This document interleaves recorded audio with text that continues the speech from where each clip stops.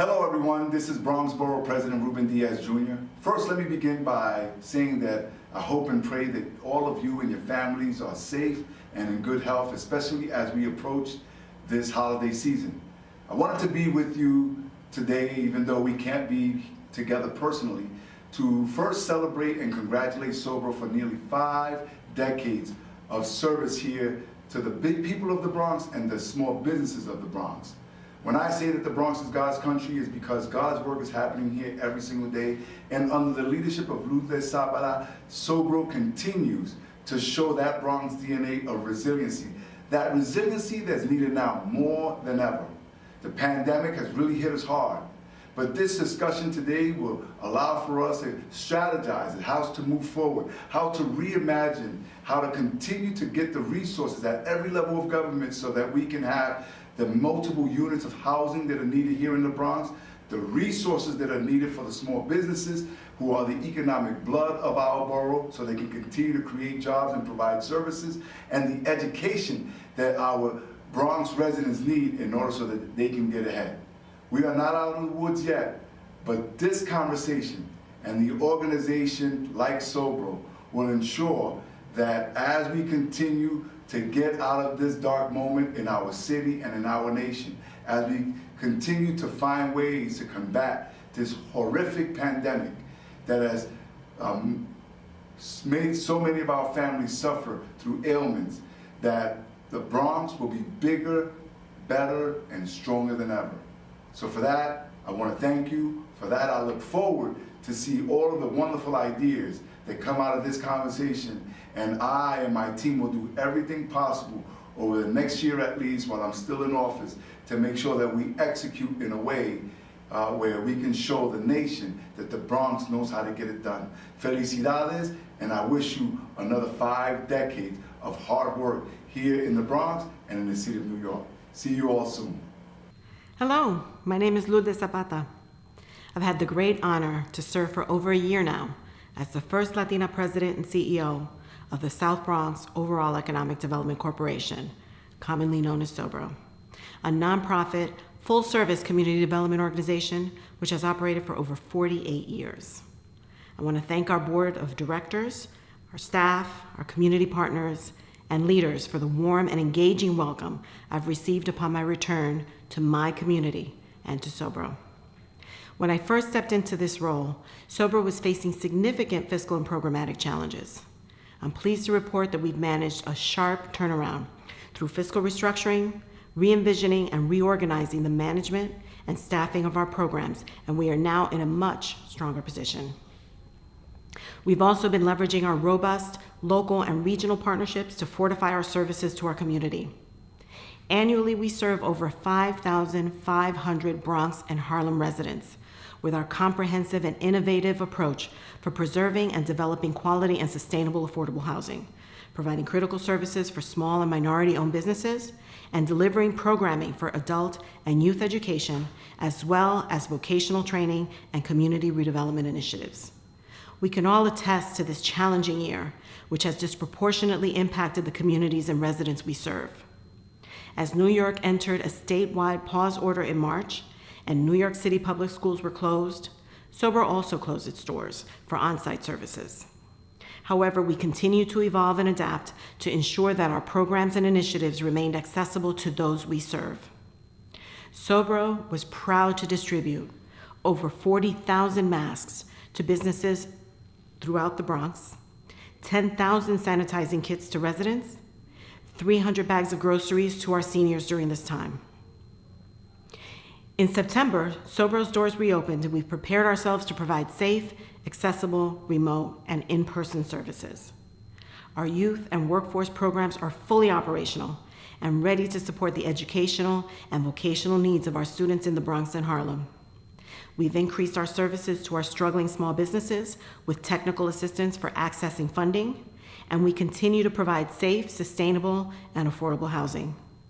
As we look to the future, we look forward to partnering in the development of over 450 units of senior housing and homeownership opportunities with great partners like Habitat for Humanity and Monadnock Construction. It's been a challenging yet incredibly rewarding year for me and for all of us, and I truly believe that the best is yet to come. We continue to look ahead to seek out best practices to serve our communities and residents, improve our programs, and make the Bronx a better place to live, thrive, and do business. This year, Sobro has pivoted from our annual in-person gala. We needed to make sure we found the right tone to address our community's needs. As such, we sought to convene important voices for a series of virtual panels to cover critical issues that have emerged because of this pandemic. Our three-part virtual community panel series, entitled Building an Equitable Future, will host conversations with key practitioners, along with government and community thought leaders and influencers, as we discuss the future of our communities and residents. Our focus will be specifically on the current economic and programmatic impacts to supportive housing, youth development, and small businesses, and the upcoming opportunities of providers and advocates. Throughout this series, and as always, Sobro will be focused on addressing the needs of our at-risk communities with our partners and employing all our programs, services, and staff to ensure the long-term viability of our communities.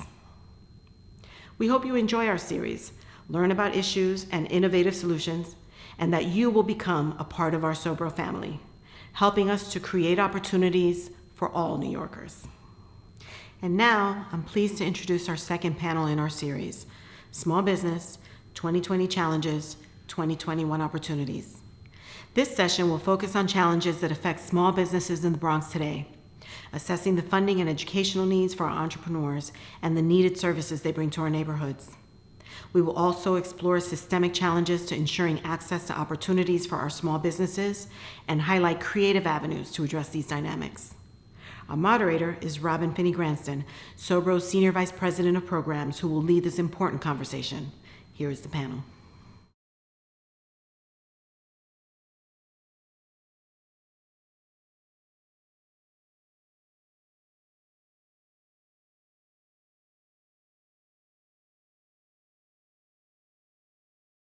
Good afternoon, everyone. I am Robin Finney-Granston, the Senior Vice President of Programs and Community Services at Sobro. I am pleased to be here this afternoon to moderate this important discussion on entrepreneurship and business. I am joined by a great group of experts, each who've come with a great set of skills and knowledge to address the questions and provide solutions for some of our issues today. On our panelists today are Jonelle Doris, Commissioner of New York City Department of Small Business Services, Melissa Bradley, co-founder of Eureka, and Claire Kramer, Assistant Vice President and Director of Community Development Analysis Outreach and Education at the Federal Reserve of New York. You can find the bios of our panelists on the Sobro event platform for your review. You may post questions for our panelists by clicking on the Q&A button on the top right corner of the event platform, and you can also use the chat feature. If, for some reason, we are unable to get to your questions today, we will follow up with you after the event. Make sure you stay around after the panel for an important message on how you can help Sobro continue the critical work that we do. Before we begin our panel, we would like for you to hear from one of our small business clients. We want Abel to share with you how he has managed during this difficult time to remain in business. And so we'll take a couple of minutes and listen to Abel now.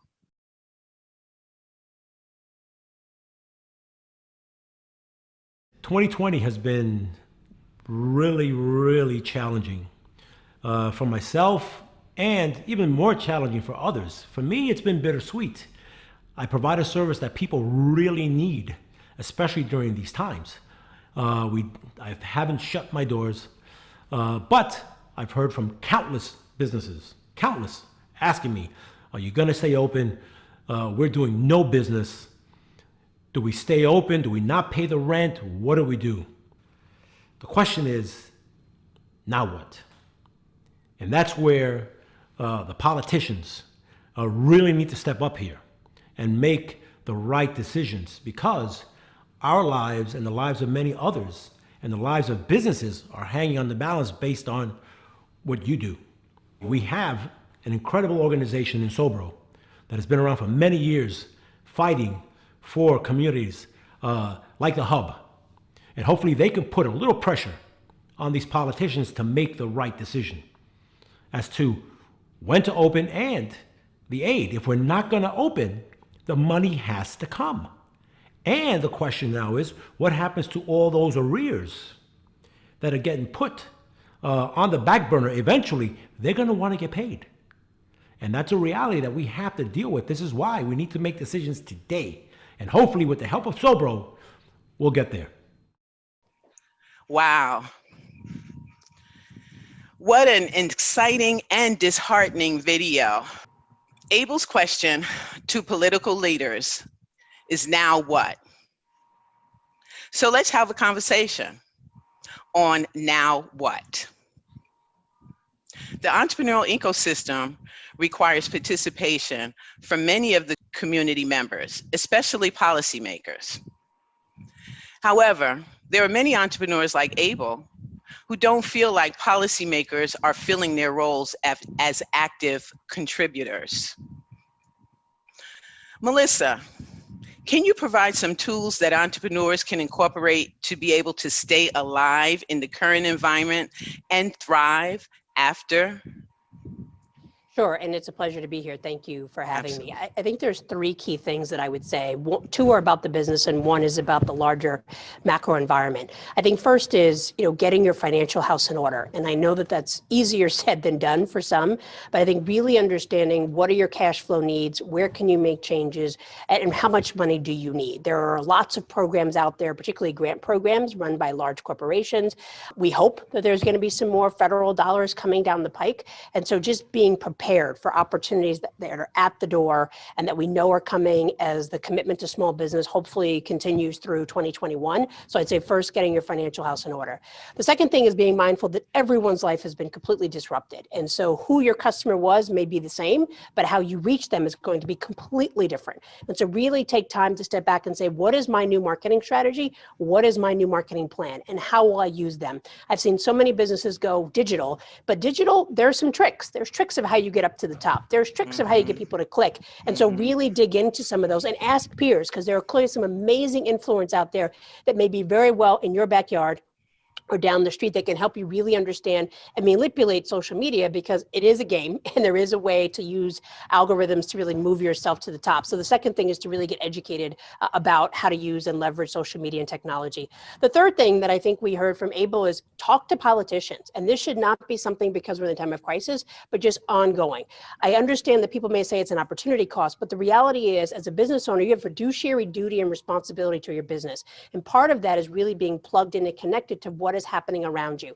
With all due respect to our politicians, is very rare. We have some exceptions, like folks on this panel, who really understand what it means to be a small business owner. And so they need to be educated. So I'm not saying you have to spend a lot of time pounding the pavement and handing out flyers, but schedule time proactively before there's a disaster so that these leaders actually understand what is it in the day of the life of a small business and what are they really grappling with. Excellent. Excellent. Good. Thank you, Melissa, for those three critical and important points. Claire, would you like to add a few tidbits to the toolbox? Thanks for asking, Robin, and Sure. It's a pleasure to be with you today.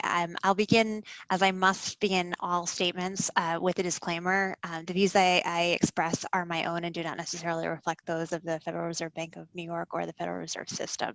So with that said, one addition that I would add is to cultivate your own network of businesses. Peer connections, peer mentoring is so important. As a business owner, you're part of a broader network inherently. Being very intentional about it, I think, is quite important. We were speaking to, a seasoned business owner at the beginning of this crisis, and what she said was really prescient. It was, we're going to get out of this. We're going to survive. But, we've been hit in the span of 12 years with two real tsunamis for the business community. First, the financial crisis, and then a health pandemic that spawned a recession. So You know, folks who have dug back know how to do it. And if you're at an earlier stage of your business ownership, you can really, really learn from those folks. So I would say really cultivate your business network. Thank you. Thank you, Claire. We know communities like the South Bronx are the hardest hit with job losses in industries like hospitality, tourism, and transportation, and will bear the brunt of the economic shutdown. Melissa, can and should entrepreneurship provide an opportunity for income generating for low-income families? I do. I mean, I think there's lots of scenarios. You know, I think Claire and Janelle and I, we all get a significant chance to talk to entrepreneurs. And I talk to a lot of people in corporate America, and a lot of people always have side hustles. So I think entrepreneurship and a means of controlling your own flow of income is an amazing thing. And obviously, I'm a huge fan. I want to be mindful, though, that it takes time. And it takes capital and it takes strategy to really get to a scale that I think many business owners desire to, and it's a pathway. So I would say entrepreneurship, I think, is for everybody. And in this current climate, as long as you're allowed to have a side hustle, I know many folks who do. I think the ability to turn that into a full-time job is certainly possible, but it does take time, it does take capital, and it does take strategy. So I'm a huge fan of people at least giving it a try if it's not their lifelong passion. Yes, thank you for that, Melissa. And Commissioner, can we ask you to share with us some of the city's facilities and programs that they have available to help with new and emerging entrepreneurs? Thanks so much, Robin, for inviting me, and certainly to all of my panelists. I just wanted to just quickly say that, you know, in that first question, which I am very excited about hearing all that was mentioned around peer mentoring, financial house in order, policy advisors, engaging them in cultivating your business network.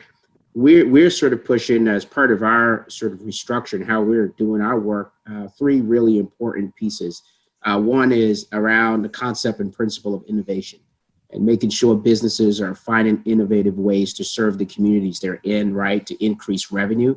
And the city has done that with our programs, open storefronts program, our open restaurants program, sort of rethinking our public spaces and being flexible and innovative there. Adaptability is another principle we're basing a lot of our work on, and programs where businesses have across the city really shown their ability, right? That New York grit, right, through this pandemic, to adapt their business, to pivot their business, and create business models that are flexible enough that it doesn't matter if it's a pandemic or a financial crisis, they're able to survive. And then lastly, around collaboration, I think it's important. We found out during this crisis that nothing is done in a vacuum, and we can't do things on our own. And we need to make sure that we do all we can to help our small businesses. And so we've collaborated with the business community. Our 76 bids represent 100,000 businesses. Our chambers of commerce, who represent tens of thousands more, to really put together a package of recovery items for small businesses. That includes access to capital. We've already helped small businesses, 4,600 of them, connect to $113 million in assistance. We just launched another program recently for low-income communities for a LMI storefront loan program, and we have grant programs in which we've gotten aid to our small businesses. But you know, the other piece that we also found that was so necessary was around providing the actual services to teach, to train, to guide, to help facilitate business and get our small businesses back on their feet, right? And so a lot of that is around training and technical assistance and support. And we've been doing that across the city from the beginning of the pandemic, and standing up, you know, our hotlines, 47,000 calls there, 48,000 people we've trained through our webinars. And look, we're going to continue to do so. So we have several programs aligned to those principles that I've outlined where we're supporting our small business. Thank you, Commissioner. Thank you for that. Innovation, adaptability, and collaboration. Three really important words for an entrepreneur to keep in mind as we're moving through this horrific time into brighter days. Absolutely. Melissa, the mission of your organization, Eureka, includes democratizing economic opportunity. Can you explain to us what that means for businesses, and specifically businesses that are owned by women of color? Sure. So one of my co-founders, we started the company because I challenged him, being from Silicon Valley and being a white male, that when we were watching a group of entrepreneurs, that there was a dramatic distinction between women entrepreneurs and entrepreneurs of color. And he kept saying, well, I don't know why they didn't do this. Why didn't do that? And I was like, because they don't have access to the same ecosystems that you do. And to what the commissioner noted, we have ecosystems all over the world that are working well, but there is clearly a difference when you're trying to go west and you're trying to access venture capital. This Silicon Valley mindset, unfortunately, has spilled out beyond Silicon Valley, particularly within the investment community. And so we are very familiar with pattern recognition for women and entrepreneurs of color. And so it's really important that when we think about what's happening in the world, that we begin to change the narrative, both through entrepreneurs speaking for themselves, through government agencies promoting the value of entrepreneurship, and then people being able to research and really report on what is the value of what we call new majority entrepreneurs, because women, particularly Black women, are the fastest growing business owners in terms of starting companies. Latinx businesses are the fastest growing. And when you think about the demographic shifts that are clearly accelerating before 2055, there needs to be both a policy switch, I think the commissioner just shared, but also a financial switch to say, why are we underinvesting in the most prominent, fastest growing entrepreneurs? It is just a massive disconnect in market opportunity, and certainly speaks to the fact that Citi talked about $16 trillion lost in the economy because of racism. You put all of those things together, if there is a single institution that is not mindful of the specific needs of women and entrepreneurs of color, then they're really missing out and causing a downturn in their own business relations, supply chains, and certainly it's going to be a drain on the economy. Absolutely. Amen. Second that. 100%. Third it. My Yes, views. we all agree. We all agree with Melissa's comments. Thank you, Melissa. Claire, I'd like to ask you how you think that government can support efforts that were outlined by Melissa, particularly for smaller retail mom pa type of businesses. Thanks, Robin, for that question. I think, what we've seen in this pandemic was that businesses have been hit doubly. Businesses owned and operated, particularly in communities of color, have been doubly hit. They've been hit by a health crisis that has affected them, their families, their workers, their clients. But they've also obviously, borne the brunt of the economic impact as well. And so we're in a crisis that has elongated. If you remember the Paycheck Protection program, the timeline for that program was end of summer. Well, we're sitting here on December 1st, and in early December, it's ongoing, right? The vaccine is not out yet.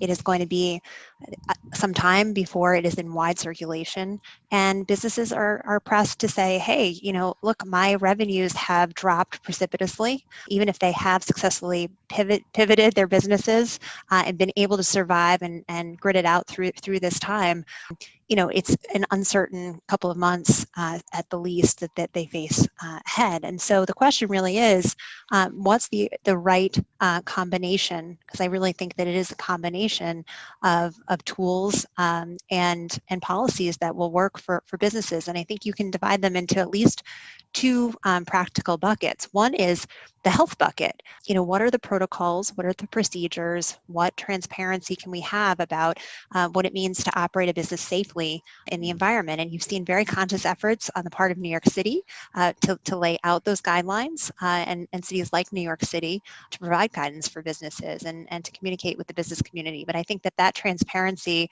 to business owners and listening and collaborating with them is really, really important, as well as the dialogue with consumers and to understand. I think Melissa earlier said, know your consumer. Well, what's their confidence level? As a society, been pressed with trying to kind of come to grips with, where we stand on what we're comfortable with. How close do we want to be with other people, in a time where we have a highly infectious disease among us. So that's one set of guidance and protocols. The second, I think, certainly relates to finances, right? How do you keep the lights on?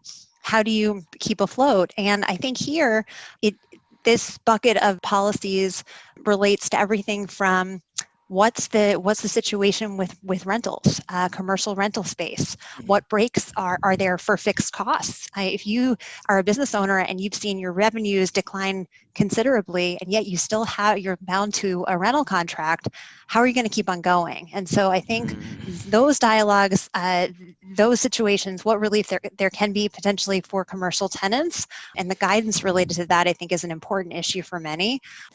The other issue is paying bills, right? We've had a number of moratoria in effect on the real estate front, but also on the debt front. The collectors are going to collect at some point. And so the question is, what assistance, whether it's in the form of debt, Janelle talked about, relief programs and city, lending programs, state lending programs as well. We're in a standstill right now on the federal level. I think we would all agree that there is a need in the business community for additional assistance there. But I think the real question is, how much debt can businesses handle at this point? And what do they want to take on given the uncertainty that remains? And so that's, I think, an outstanding question in some areas. And I would just flag this particularly for the wide majority of businesses that are not employer businesses. These are solo entrepreneurs. For them, it may be a situation where the best and most appropriate tool is not more debt, but it is a grant instead.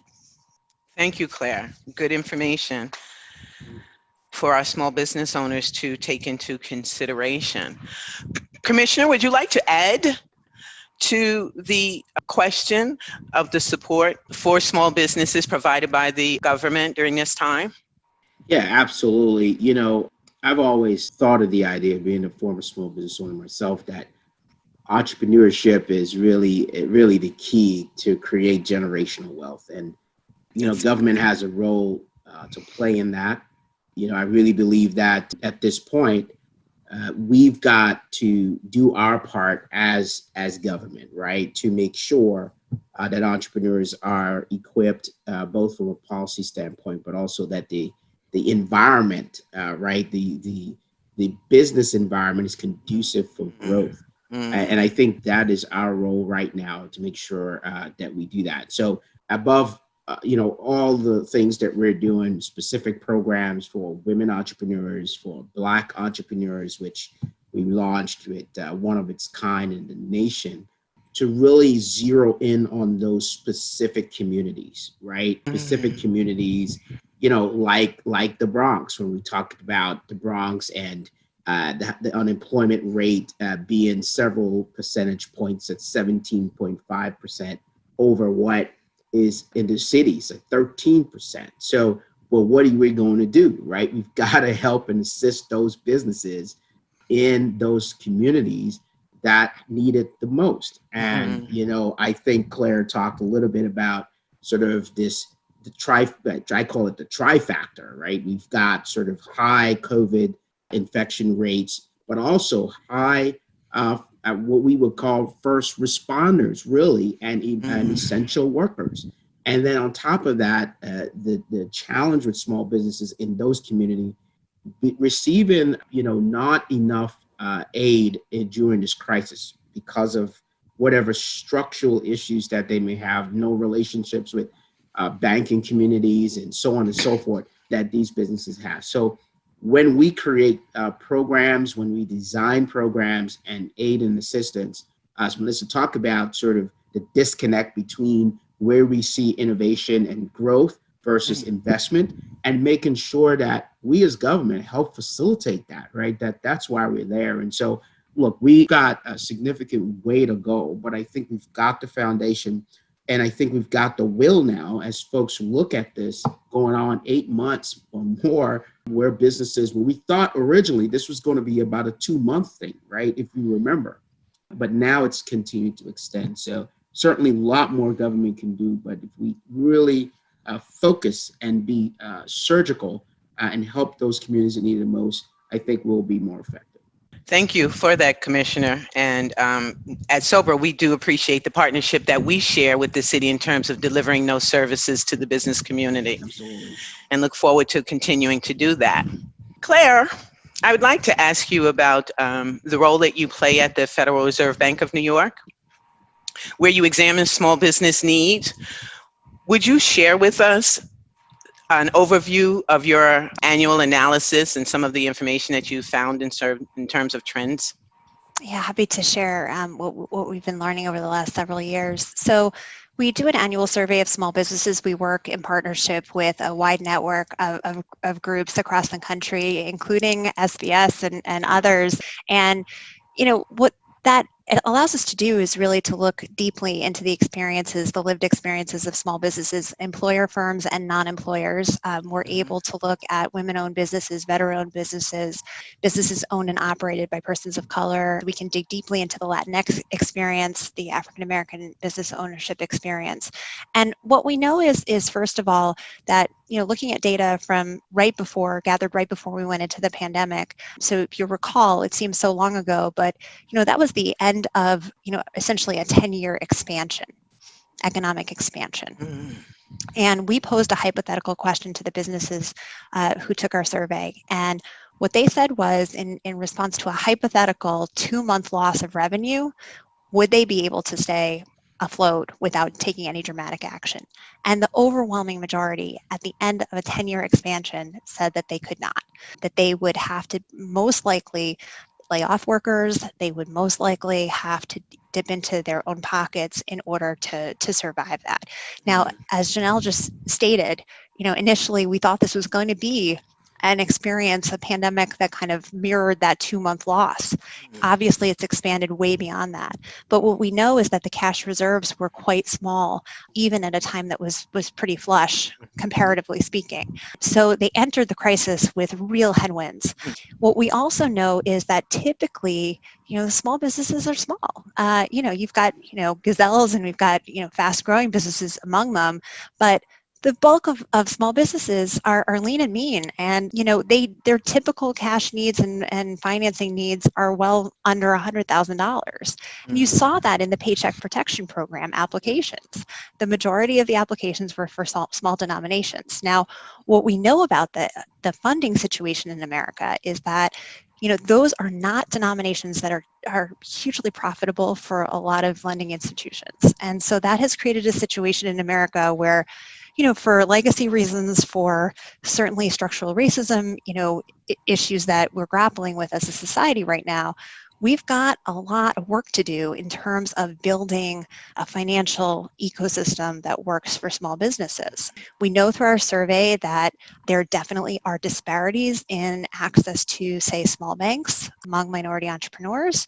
We know, however, that there are new providers of financing, whether they're fintechs, whether they're community development financial institutions, and others that are stepping in and are providing financing. Now, I think taking it as a whole, what we know from our research coming into this, as well as the lived experience through the public policy measures that were put out, is that financial relationships are going to be critical for small businesses going forward. And it's impossible for us to overinvest in building that infrastructure going forward, because, we live in a time where, there is uncertainty. We know that there are real, whether they're natural disaster issues, whether they are health issues, there are shocks, economic shocks that we know when the nation catches a cold, small businesses get the flu.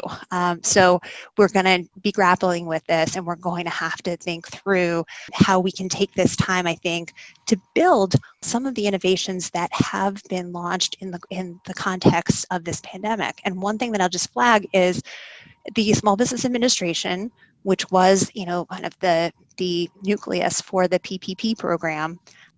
They authorized a ton of new lenders to be part of their lending programs in the context of PPP. That's an opportunity potentially to build on going forward. And those are potentially tributaries that could be flowing to communities in new ways going forward. So it's one thought and one element to flag going forward. Thank you. I would like to follow up with you, Claire, and ask if you would continue to share with us in terms of what you see as entrepreneurial trends for the future.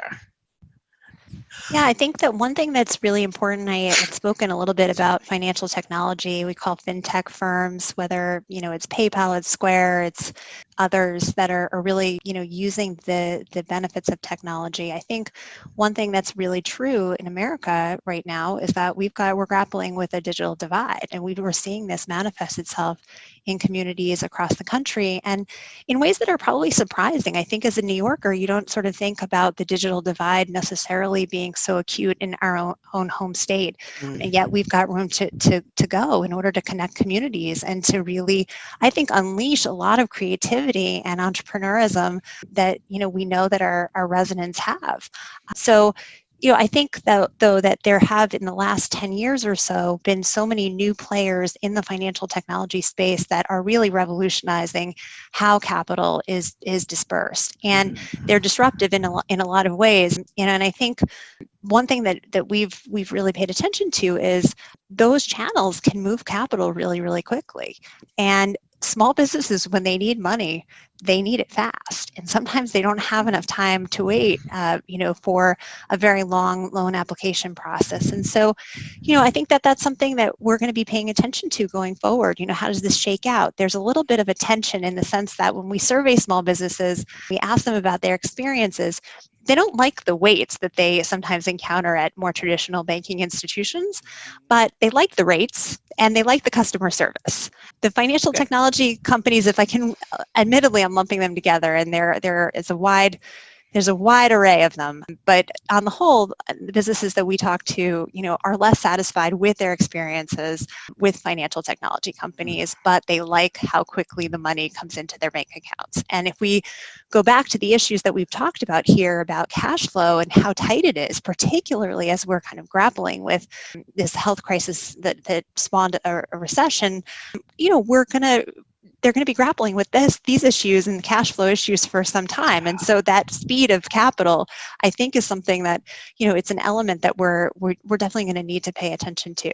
I think one thing, though, that I would also flag, and this is for new businesses as well as those that are, enduring, is really thinking through products and vehicles that we could potentially be thinking about and conceiving of that enable them to squirrel away even a small amount on an incremental basis for a future shock, because I think that's going to have to become part of the toolkit of small businesses in a way that maybe we haven't traditionally thought of it.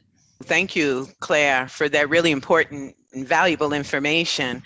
And thank you, panel members, for all of the important information that you shared with us this afternoon. I would now like to turn the panel over to Lourdes. Thank you all, and thank you all of our panelists. This really has been a master class in small business and entrepreneurship, whether you're a woman-owned business or a business owned by a woman of color, or a small business that is owned by a member of our majority community. Really, the information that has been shared has been amazing. I'd like to just ask you a couple of just closing questions. And I'll start with you, Commissioner. How can and should we best empower small businesses with innovative and robust capacity building opportunities? Are we creating opportunities on small business investment? Is it around real estate, technical assistance? What is the city putting in place to help support these efforts? And what role can or should organizations like SOBRO take in supporting those activities and efforts? Thank you so much, Lourdes. And, I think SOBRO really represents what I think the city looks at for a partner, right? And so when you look at for technical assistance, an underground partner to do the work that we need to do, sort of fit in the bucket of collaboration that we actually need right now. So look, we're doing, as mentioned before, many, many things to help small businesses. But one of the things we are looking at even more intently is the digital divide Claire mentioned earlier. How do we help small businesses really have their digital storefronts, right? And so we've partnered with, particularly in our BNYC program and with our WeNYC and minority-driven programs, with MasterCard to help do some of that with a Digital Doors program. We talked about, how do we help entrepreneurs understand what it means to run a business in this new environment, and all of the, mentoring that they need and information they need. We're partnered again with Ernst & Young to give free support services to small businesses, particularly our BNYC program. And then lastly, we are looking, when we talk about collaboration again, to private sector with Goldman Sachs around, how do we get the proper financing that these businesses need to actually help them grow and thrive. Again, Citi working as a connector, a convener, one to facilitate the technical assistance and support services. So lastly, I'll say this, SBS, we do manage 7 business solution centers across the city where we serve tens of thousands of businesses every year. And they're in every borough. And if a business would like everything from as basic as, how do I actually open my business, right? What do I need to do to start? To connecting with, partners like Melissa and her team, or Claire and the folks over at the Fed Reserve and other places to find, the solutions to the problems that they need. And so we will continue to do that. I think government plays that key role. And, if you are out there and you need to connect with us and our services, I want to make a shameless plug. You can call us on our hotline. 48,000 businesses have already done it during the pandemic. 888-SBS4-NYC. Call us, give us a call. We're there to help and assist you. Thank you, Commissioner. And I will follow your shameless plug by my own shameless plug in terms of our own business services activities and being here for all of our businesses in the Bronx. So our panel today represents the New York City Department of Small Business Services. We've got entrepreneurs, business owners, the Federal Reserve Bank. And the name of our panel today is 2020 Challenges and 2021 Opportunities. So I'd like to close the questions asking each of our panelists, we've talked a lot about the panelists today. You're all champions for our entrepreneurs and our small business owners. So where do you see opportunities for our small businesses in the coming year, in 2021 and 2022, over the next 5 to 10 years, that if I'm a business owner today or an entrepreneur thinking about these opportunities, I want to see, or I want to start thinking about not just all the reasons why this is a huge challenge, but where there are some opportunities. Melissa, can you help us out with that? Sure. So first, I just want to say thank you for having me. This is an amazing panel. And as a fellow New Yorker, it just brings me back home. So I'm so excited. I think the first thing that Claire alluded to is just going digital, right? I think that no matter what, even if everything completely reopens, we have changed the behavior of how people buy. It already started, but I think it's just further been exacerbated that digital and phones is the way to go. And so if you do not have a digital presence, again, plenty of programs out there. This is the first thing to think about. I think the second thing is both Claire and Janelle talked about is money is never going to go away. Entrepreneurs are always going to need that. And so I cannot reinforce enough to keep your financial house in order. I think that while we saw PPP programs certainly had distribution challenges, there were a lot of entrepreneurs who we know were just caught off guard and unprepared, particularly if they're a solopreneur. So I would say create the discipline of keeping those books in order, because you just never know when opportunity is going to knock. And the third thing I would say, be optimistic. I mean, I think that, this has moved from a moment to a movement to hopefully a restructuring of our system as we look ahead to new administrations in terms of where's the opportunity to really put at the forefront Black and brown entrepreneurs, women entrepreneurs who are carrying this economy, better understanding the need for many more diverse products than what's currently out there. Echoing what Claire said, really trying to connect the disconnected fintech and traditional world to create a seamless experience. And then really take to task, as Janelle has done with some of these large companies who have tremendous amount of resources, financial and human, to say, how can we help? And so I'd like for entrepreneurs to be really thoughtful about the financial and non-financial needs. And I think, much like we heard in the video from Abel, don't be afraid to ask. Don't be afraid to be out there and put yourself front and center and challenge them, because after all, this is our jobs. Like, our job is not to think about it. Our job is not to pontificate. Our job is to execute and do, and they should feel extremely empowered, and rightfully so, in saying, I need help. And last time I checked, it's your responsibility to do so. Tell me what I need to be ready, and tell me what you need to know to be able to better help me. Melissa, how do I close that conversation? You just kind of dropped the mic on all of us. So thank you for that. So again, this has been a masterclass, and I really appreciate each and every one of you for spending time with us. Thank you very much. Good afternoon. I hope that you've enjoyed watching Sober's panel discussion today. My name is Karen McGinnis. I'm a Senior Business Relationship Manager serving nonprofit and education organizations at JP Morgan Chase. I also serve as Sobro's Treasurer and Finance Committee Chair. I would like to thank all of our sponsors for their support today. Let's take a moment to acknowledge them now.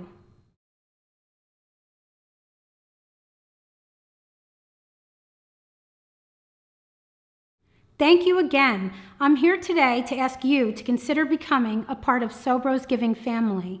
Our work is as critical today as it was when we were founded in 1972. We hope that you will consider becoming an annual supporter.